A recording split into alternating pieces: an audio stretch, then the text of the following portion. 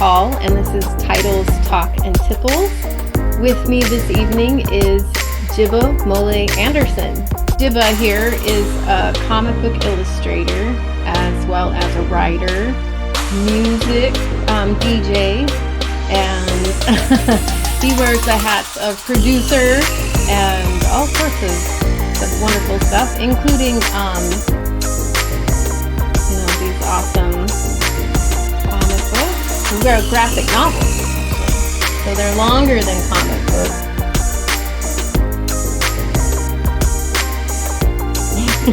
Those are the two I own. Gotcha. And many others. Welcome, Jiba. Hello. Happy to be back. Yeah, it's great to have you back. So you have so much that has gone on this last year and a few months since last we talked. Yeah. And we're going to jump into all of that. But first, I need to know what we're tippling on. So last time, because I'm not a big drinker, but, I do take edibles. So I would take a half of this berry burst. Okay. Berry burst edible. And mine's liquid, and it's a tonic. it's a ginger, turmeric, antioxidant, CBD tonic, and it tastes like shit. Gotcha. Well, mine was delicious. Well, I think this is meant to be delicious, but the little marijuana tincture is really oily, so it has a weird texture. Gotcha. So now we're under the influence of Tipples. Sit back, relax. You're right. I'll put you through the ringer. Sure. All right, so first question. Preference, pen or pencil? When it comes to drawing? Whatever comes to your mind first. Pencil is always starting off. Okay. And then I'll eventually go to pen. All right. Since even as I'm working digitally now, I still have that mentality of penciling first before going into ink. So it's like I'll use different programs like Autodesk Sketchbook to sketch, and then I'll bring that into Illustrator and finish the inking in Illustrator before I move on to color. So it always starts with pencil. Now, when it comes to writing, it starts with a pen. Oh, okay. Cool. That's great that you have those separate preferences. All right. Question 2. What artists have inspired you? There have been so many. But my top 5 have always been Jose Luis Garcia Lopez, George Perez, may he rest in peace, Brian Stelfreeze, Steve Rude, and who was my 5th? The 5th always switches up, you know what I mean? Yeah. But I would say leaning more towards Walt Simonson as my 5th. But there's so many others that have inspired me. Sure. Oh, of course. As well, like Larry Stroman and it's Carlos Pacheco, again, may he rest in peace. Mm-hmm. So many others, like Ivan Rice right now, who does a lot of DC work, is amazing. Yeah. Stuff. But I'm always, I'm always looking. It's always a weird question to ask because, looking at so many artists, and then with my anthology series, 4 pages, 16 bars, visual mixtape, seeking out creators and things of that nature. To say who's my favorites, it varies up. I have a more of a kind of a look or a vibe that I go for, more so than a favorite artist. So if that artist has that look and that vibe, and I think more importantly, as an artist myself, it's like if I can see you know, some of their influences in their work and they kind of line up with mine, those are the artists that I go for. Yeah. Although I do open, you know, my well, or my, you know, my well of influence or my well of reference is so vast and I'm interested in so many things that, you know, there's so many, you know, different avenues that, Yes. Oh yeah. And it yeah. should be, you know, it should be fluid and Right. moving and Yeah, as long as it's unfortunately, not, yeah. yeah, as long as it's not AI generated, I'm good with it. Yeah. Yeah. We can get into that. Oh my goodness. Yeah. It's a deluge of AI. Yeah. Holy cow. Maybe that should be question number 3, AI or not. Right? Yeah, nah. Like putting people out of business, you know, support real artists. Well, I mean, beyond that is that honestly, AI is a scam. It's a scam in multiple ways. People who use the technology and then because they learn how to write Mad Libs, you know what I mean, or train themselves for 20 hours finding the right prompts to write these Mad Libs. Right, yeah. Now they call themselves an artist, you know, as opposed to, honestly, a 5-year-old who picks up a crayon and starts scribbling on a pencil is more of an artist than these people are. Absolutely. And You it's know? other people's art just meshed together. Exactly. And it's happening in the writing community too. Yeah, and it's all a scam because it's like you're not making, well, with the people who call themselves artists, you can't make any money off of it because you can't copyright the stuff that you do. Number one. Number two, on the writing aspect of it, you know, with ChatGPT and whatnot, it's like basically, so all the stuff you write is going to sound like a 3rd grade student who did a book report but just did the Cliffs Notes. Yeah, right. Yeah. That's all we can come up with. Yeah. Right. And, you know, it's just going to follow formulas and formulas have their place. I mean, everything kind of, I mean, there are things that you want to cover in a story or, Right. you know, a comic book, or there's certain things that you need to do to make the story happen. Right. But you don't need, that's the thing, you don't need a writing prompt program to do that. What you need to do is you need to write and you need to understand the craft of writing. Just like if you want to be an artist, you need to put in the work and study the craft of being an artist and go through the 10,000 bad drawings before you get to a good one. Exactly. It takes time to it. I'd say the writer strike is happening right now. And I would say I saw one of the things that lets me know that you need writers. It was not the 3rd episode, but the 2nd episode of Star Trek Strange New Worlds. The episode where Una was on trial for being an Illyrian and whatnot. And they wrote the fuck out of that episode. Yes.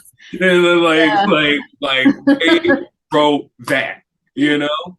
And ChatGPT cannot do that. ChatGPT, AI, the thing that these people keep forgetting is that the creative, to be a creative means that you are using your mind, your body, and soul all at once. And in terms of art, what people respond to is the soul. Yes. That you put into the craft of making that, right? And the soul only comes from putting your mind to it and putting your body into it, meaning doing the physical act of that. You know, typing is the physical act of that, right? People like to argue that with Midjourney, it's the same thing with Photoshop, and no, it's not. No. Because with Photoshop is a program that mimics the physical acts of working in the beginning of Lightroom, you know, when you were doing photographs, but because of the tools, it mimics the tools that you would use anyway if you were doing the art, quote unquote, analog, as I like to call it. So again, you are putting your mind, body, and soul in generating that art. If you are just typing in a bunch of Mad Libs and it's mashing together, that is not your work because you didn't put your mind into it, really. Right. There's You no definitely didn't put your body into it. Right. It has no soul. No. And I think, you know, and that's the thing is there's always been artists and writers who kind of half-assed stuff. The thing is that your audience knows. The people that read it, they might not catch on it up. They might not catch it the first time, but they're definitely, it's going to start, and they might not even be able to explain it, but it definitely, second or third time, it's like it doesn't work. it just gets on the back of the brain, and they'll just lose interest when there's no heart in it. And so definitely when you start bringing, AI into it, right? Absolutely no. Right, and it's also and it's also a scam, because the only people that are really making money off of this AI stuff are the people that you have to buy the subscriptions. Yes, yeah. For their work, and I'm talking to people who call themselves artists because they just now touched AI. No, it doesn't work, guys. it doesn't work like that. It does not work like that. No. You're going to a secluded place and can take only 3 books with you. And they could be graphic novels, that all counts as books. What are you taking? That's tough. I know. Everybody hates this question. They're like, only 3? Okay. Number 1, a book called Comic Book Design, which I picked up a few years ago. It's a great book on, the craft of comics and how to design comics. Yeah. The second one would be The Hero with an African Face by Clyde W. Ford. Okay. Because that was when I was developing the Horsemen, and even in in my work since then, it's been a very influential text in terms of me getting into African faith systems, and folklore and storytelling. So that's the second one. The third one, what is that going to be? It's a toss-up between The Art of Brian Stelfreeze and George Perez Storyteller. Okay. Those art books, 2 artists that I absolutely adored. Both of them in some way have been a mentor to me, in a sense, tangentially. So if I had to choose 3, put me on the spot off. No, those are the 3 right now. Okay.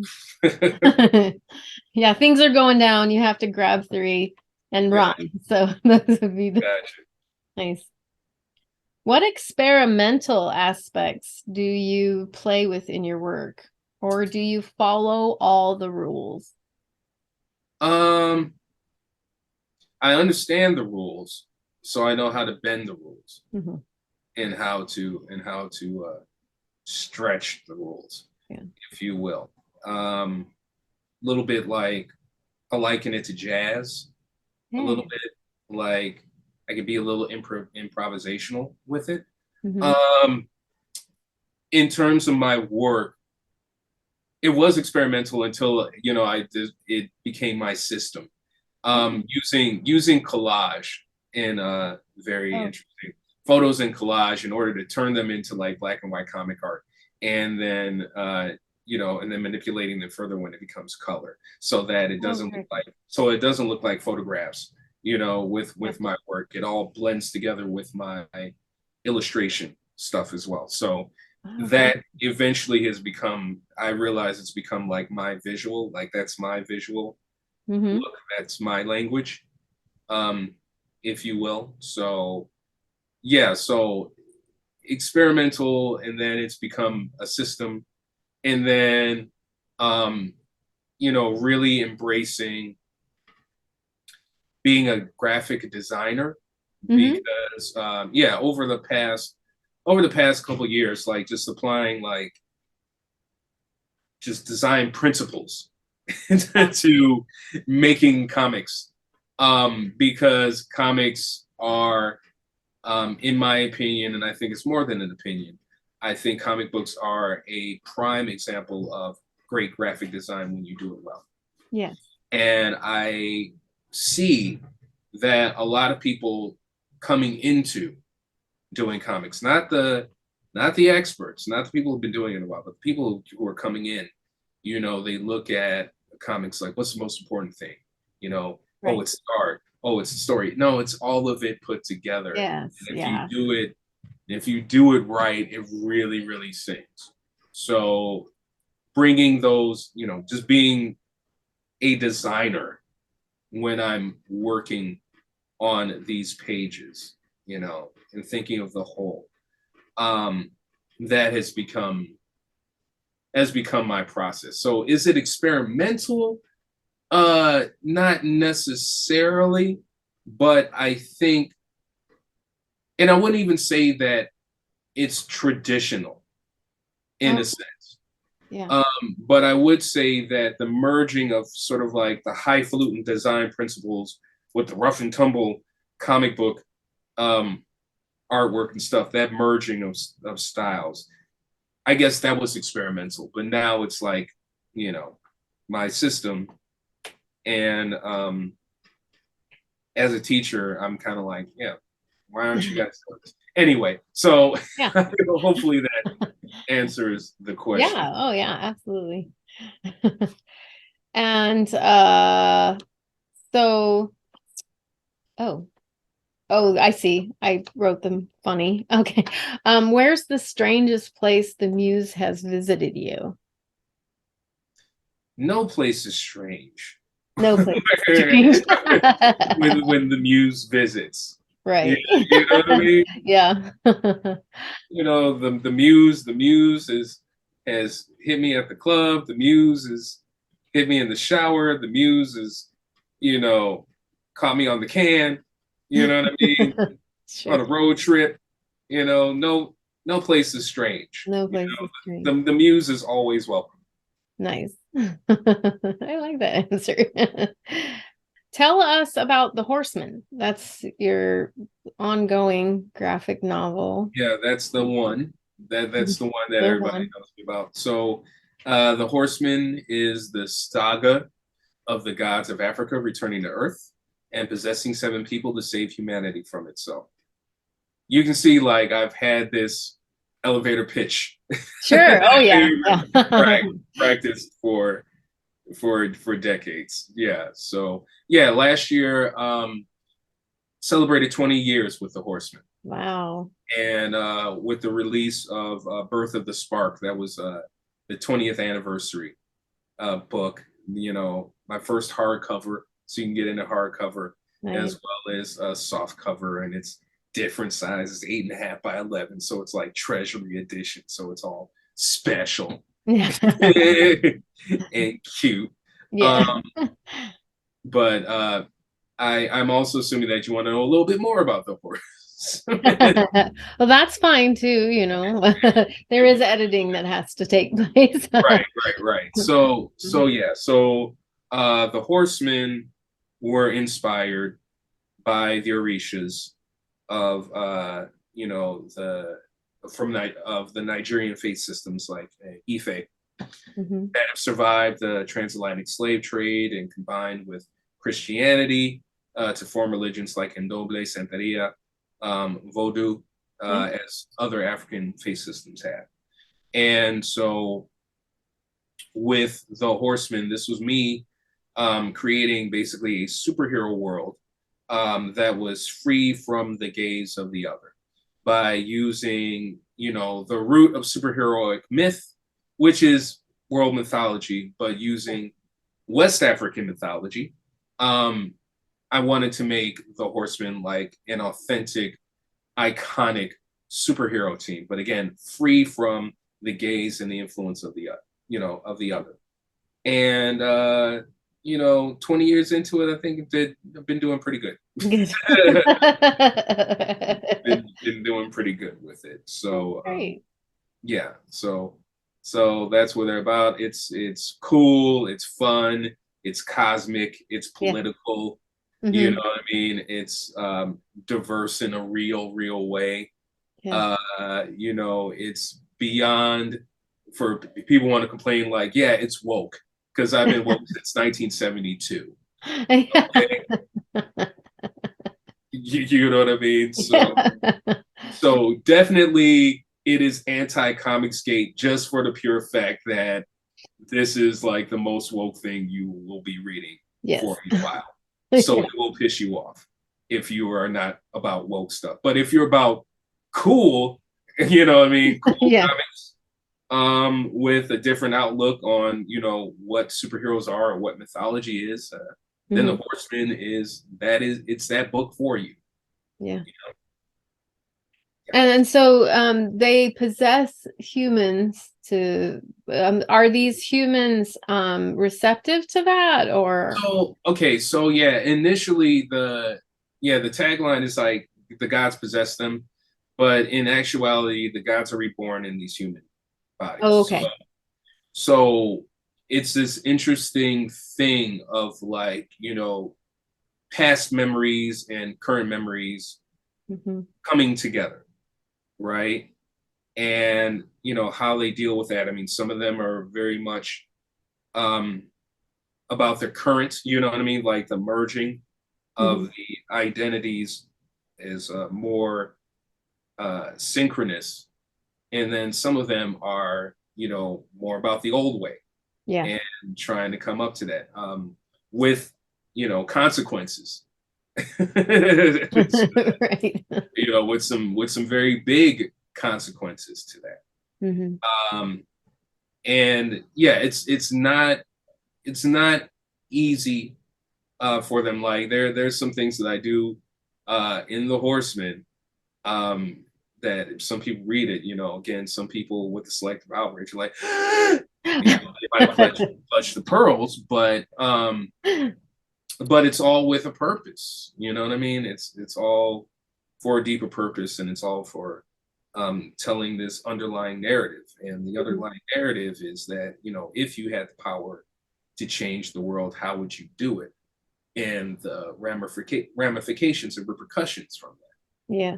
And beyond that, the Horseman is a very spiritual book, because I'm talking about higher powers. It's like it is cosmic. You know, I did create a whole mythology based on the world mythologies, and the underlying conflict is a spiritual one. Yeah. And so, you know, it's told in this superhero tale, but again, you know, just because it's like quote unquote superheroes doesn't mean I can't. Well, and spiritual doesn't mean religious per se. So it doesn't. That spiritual can have such a broad definition and explain so much. I mean, someone saying like, why am I on earth, you know, could be a spiritual question. And so, you know, does reincarnation exist? But, you know, it's like there are obvious ones. That does God exist, you know, is like a religious, but spiritually, you know, we were talking about the soul and the heart before. I mean, it's any question that resonates deep within you can be a spiritual one. You know? That's a good way to look at it. That's a great take on it. Yeah. That's better than how I would have explained it. But yeah, that's exactly what. Yeah, that's exactly what, you know, part of the journey in the Horsemen is all about. You know what I mean? And like I said, all of them take it. Some are taking it, you know, deeper than others, right? Oh, absolutely. And some of them have accepted it. But then there's this whole world that has come about because, you know, with the Horsemen's return and whatnot. And I'm also taking a look at how that world reacts to these people, to these 7 Black people with these godlike powers, you know what I mean, coming in and upending the whole, you know what I mean, apple cart. And, you know, and so the reaction to that is also very important. What's interesting is I started, like I said, the Horsemen's been going on for 20 years and 20 plus years. Yeah. And the questions that I asked or started asking in that book, or the critique that I was making in the beginning of the book, has really become even more prescient over the past few years. Yeah, yeah. Um, I can understand. you know what I mean? Yeah. Like in the world of the Horsemen, the way the story was going, unfortunately, is how our country is going right now. So, Yeah, yeah. you When know you what I mean? start getting predictive in your work. You know what I mean? Right. And it's just like, for real? Yeah. Like, I was hoping not, I was hoping that it Yeah. was just Yeah. that I was writing a fantasy, And yes. but Not it's so now, fiction anymore. yeah, now it's a commentary. Mm. And you know what? That's fine Mhm. because those commentaries need to be made. Yeah. And even more so in comics, I think those commentaries need to be made in a real way. What's interesting, like in the comics of the 80s, and even to an extent the 90s with lower underground, but definitely in the 80s, in the independent sphere, uh, people were doing books that actually, you know, were talking about some deeper things, Sure. right? Yeah. Frank Miller before he went nuts, you know what I mean, was doing some really good stuff. Howard Chaykin was doing some really really good stuff with American Flag, and then later one of the best books I think that came out of the 80s. It was him and Jose Luis Garcia Lopez's Twilight.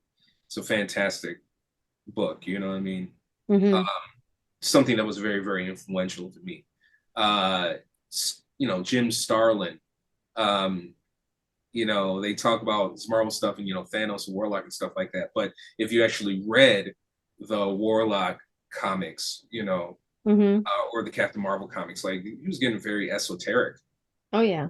in those stories. So so we need to have that stuff, you know what I mean? Yeah. And we need to have that stuff again. And you know, the Horseman is kind of like that in that vein Hmm. and whatnot. So, you know, I'm fine being, you know, commenting on Yeah. state of events. You're fine with making people clutch their pearls. Ah. Totally. Um, and so what is, and this is another one of those questions that it's probably like, oh gosh, there's so many. But if you were to have to choose a character, well, we can be specific, a comic book character that is your favorite. And there's no shame if you pick one of your own. But you don't have to. I guess this could kind of go hand in hand with like influence. What comic book character influenced you? And Okay, what, I can answer that. yeah, Right? yeah, how about What that? comic book character influenced me? Yeah. That was simple. Batman. Batman was the Batman. first. That was the character that I globbed onto when I was a little boy. You know, what I mean, like I think 3 years old, watching the Batman '66 television show. Yeah. It was that character. Um, from a design aspect, the silhouette, fantastic design.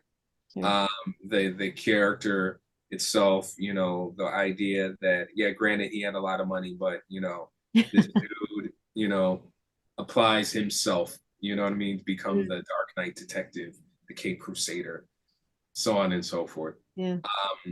And yeah, a lot of the my favorite stories are Batman comics from you know from the whole the Laughing Fish arc with Englehart and Marshall Rogers to, of course, Batman Year One, to the Mike W. Barr, Alan Davis run, you know, of course, The Dark Knight Returns, Hmm. you know, Court of Owls, Hush. I mean, yeah, like some really, really great, you know, I mean, you know, Batman is a great character to tell really good stories with. Hmm.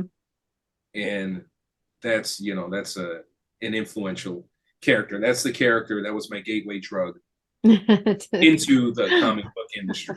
Yeah. And so do any of your characters um not mimic, but are any of your characters more influenced by Batman than others? No, not at all. None Okay. of my characters are influenced by Batman. Okay. Like, you know, that's a separate thing. I like Batman as a character. Yeah. When it comes to my characters are my characters, and their motivations are different. You know what I mean? Very, very different. And that is on purpose. You know what I mean? Like I don't, you know, I don't need to make a Batman knockoff. There are plenty of Batman knockoffs.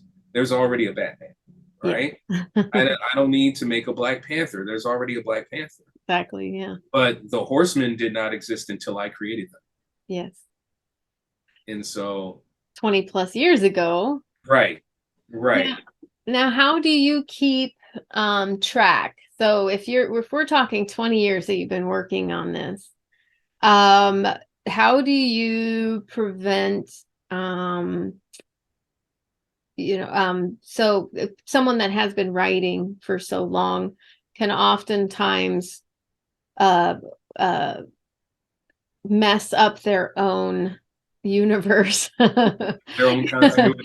and get timelines wrong and mess up things like that. So with 20 years of work, how do you keep it all straight? Couple things. Number one, I don't tell the story in a linear fashion. Okay. Okay. Take note, kids. Right. I don't tell the story in a linear fashion. What I found is that I will give little pearls of other stories to myself while I'm writing the one story at hand. And I found like I will give myself solutions to problems. There is a timeline. You know what I mean? There is a definite timeline to the Horsemen, but at the same time there are different timelines in there. So it's still open. Like there's the first iteration of the Horsemen, which is like the ancient time before the war. That there's a whole grip of stories that I can still tell, right? In the current narrative, you have things leading up to Lumumba City and then things going on after, right? But I keep it straight because I know I have a general idea of where the story is going, but it's not all set in stone. And also it helps to reread the stuff that you've written before, so you make sure you don't copy yourself, right? and that sort of thing. So I will look back, at the things that I'm doing in order to, create the next story. So that's how I keep it straight. I keep it straight by not keeping it straight. Yes. and allowing it to be mythic. You know what I mean? So there's a lot of freedom in a mythical world for sure. There is. And so besides like spiritual, mythological and superheroes, do you dabble in anything else? What in fiction and in your writing actually I have been tapped to write for role-playing games for the past few years, writing for White Wolf and also for Onyx Path Publishing. And in those assignments, they've asked me to write different things. Like they asked me to write horror. They asked me to write, for spy movies and things of that nature. And also fantasy. When I worked on a graphic novel for the Smithsonian National Museum of African Art, I used mythology and East African mythology to write, a fantasy tale. And so, and I dabble in science fiction and stuff like that. In fact, I'm launching a Kickstarter for the world that I created in the realm of role-playing games. So actually, with these characters and in this world, you can actually interact with this world by, playing the role-playing games. Like if you buy the source book for Chicago by Night Volume 5 for Vampire the Masquerade, or you buy the source book for Mage of the Ascension or Wraith the Oblivion, or if you purchase the games, Tales of Depravity by Onyx Path Publishing, or they came from Classified by Onyx Path Publishing, you can actually interact with these characters. But this world, Very cool. yeah, but in this world, there are different pearls of, this other universe that is of dark fantasy, that is of like, two-fisted blaxploitation action and super spies and and vampire drag houses and immortal killers walking the streets of Detroit, and a hero that's emerging to close the gates of hell. And all these concepts come together in the world that I like to call the Dark Kingdom.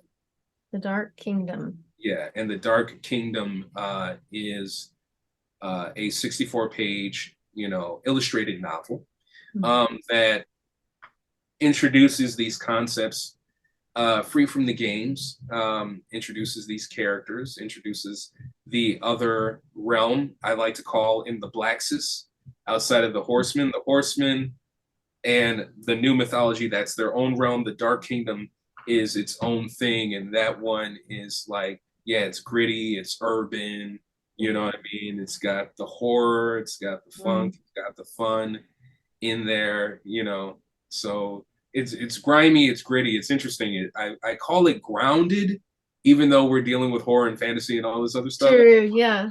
Yeah, but it is a little more grounded than the Horseman world. It's yeah. So that's coming to Kickstarter very soon. Like it's coming this month. Yeah, and so if you want to, that's a perfect opening to, if you want to direct the audience to how they can help support that. Right on. So, but I'm just going to give you the link. Now I should be able, it should come up. Where did it go? Oh, wait, there we go. There it is. Okay. Here's the Dark Kingdom upcoming project. All right. And so this is kind of the dark, gritty horror. Yeah, horror, blaxploitation, super spy. Oh, that world. All right. And do you have any horror influences that you'd like to share? Do I have any horror influences? Yeah. I don't, because here's the thing, like, I'm not a huge fan of horror. Like, I'll totally okay. Yeah, like I'll check it out every once in a blue moon. So it was a fascinating challenge to write some of this stuff. But yeah, it was the question was like, yeah, can I write horror? Does this work? Does this work for me? And what I thought about with horror, it's like, okay, think about horror as commentary, and what are the things that really scare people? What are some of the things that scare me? Not necessarily scare me, but concern me. I guess scare me when I see other people falling into that trap.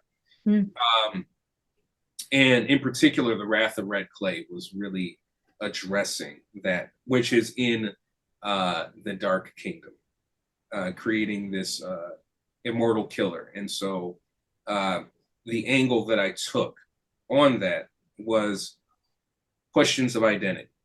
And, especially as an African American male in this country, those questions come up all the time. What is Black? Are you Black enough? Blah, blah, blah, that sort of thing. Yeah. And so The Wrath of Red Clay addresses that. Oh, wonderful. Yeah, so it's addressing questions that, a white person never gets. Like nobody says, are you white enough? Right. Nobody asks that, but people ask, are you Black enough? Right. And that's just one question. So there are Right. plenty that you face that, and so that's great that you're opening that up to you know, you're bringing that out so that more people will come across that. And because I would have never thought about being asked that, you know, because of course I've never been asked that. So Well, yeah, and also, notions of it was really a response to notions of self-hate. Mhm. I call Red Clay, he is the saint of self-hate. Interesting. Yeah. Yeah, it's a when thinking of immortal characters, it was basically the whole idea was that Red Clay was a black slave catcher during the antebellum South. Mm. He was a free black man who would hunt other black people down Oh, and that's ship them back to the plantations. After the Civil War and during Reconstruction, other slaveholders, white slaveholders, got a hold of him and cut off his face and strung him up and killed him and buried him in a shallow grave of red clay. So when he goes to the underworld, the ancestors, seeing that how he betrayed his people, they're like, you're denied paradise. Yeah. So he walks the earth, you know what I mean, with no face, with a kerchief hiding his face. And when he kills people, he cuts off their faces and he attaches them onto his face. Oh my gosh. Wow, that's identity. yeah. And he's got two demonic bloodhounds that follow him. So if you hear the sounds of the bloodhounds, that means that Red Clay is after you. Ooh. That's one story out of how many in this novel? 7. Okay. Yeah. And so it's they're all linked though in the same universe, very tightly linked. They're linked in the same universe. Tightly. Oh.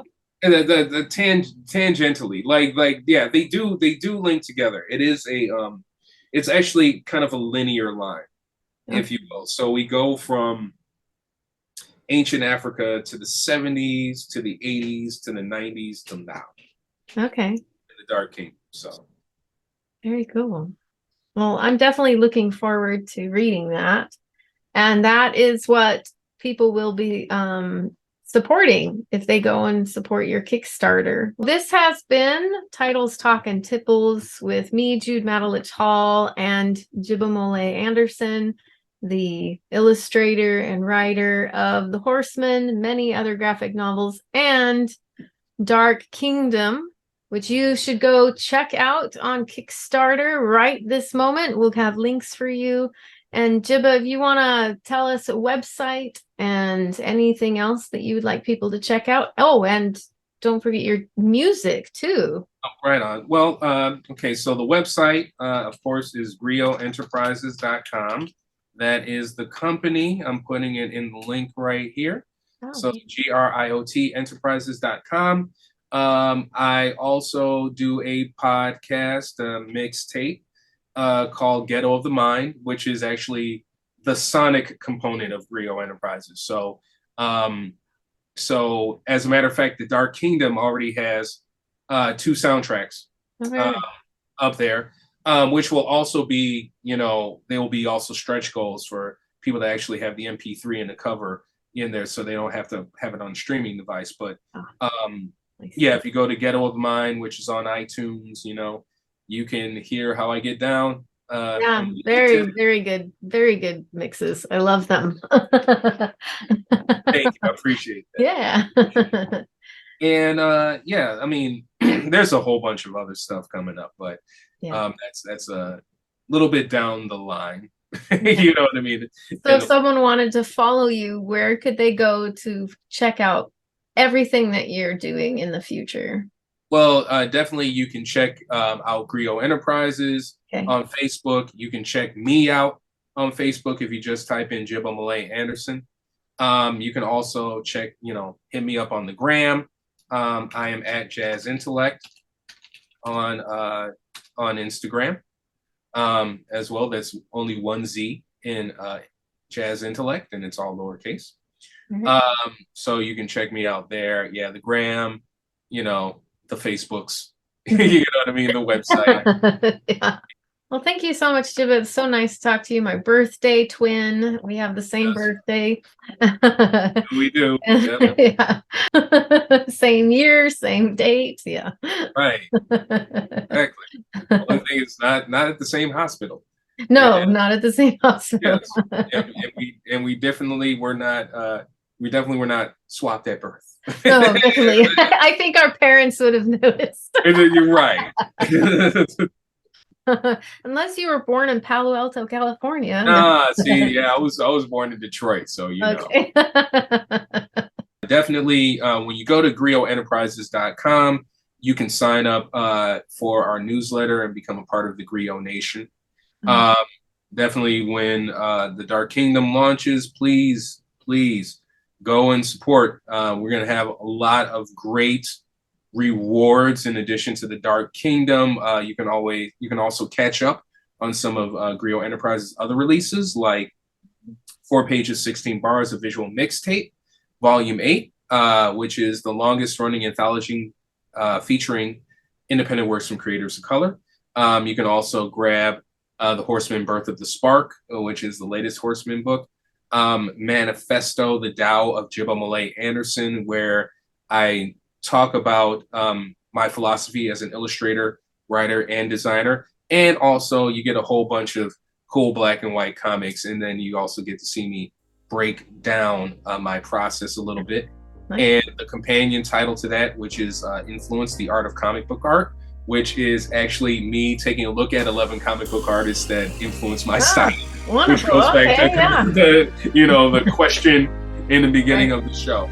And then also, like with the stretch goals, you can get, again, like I said, episode Together with a Mind, personally for yourself. You can also get, there will be a Blacks's pack where there will be 6 other creators that if we reach our goal and reach our stretch goal, you get to read some great books from people like Greg Anderson Elise, the creator of It's Not a Were Spider. My man Kenji Jumani Marshall. Kenji, I work with Kenji. Yeah. Like Kenji and I are Griot. We go back. So like Kenji, Tony Cottrell of Advent Comics, Marcus H. Roberts from Second Sight Publishing, Henri Campan.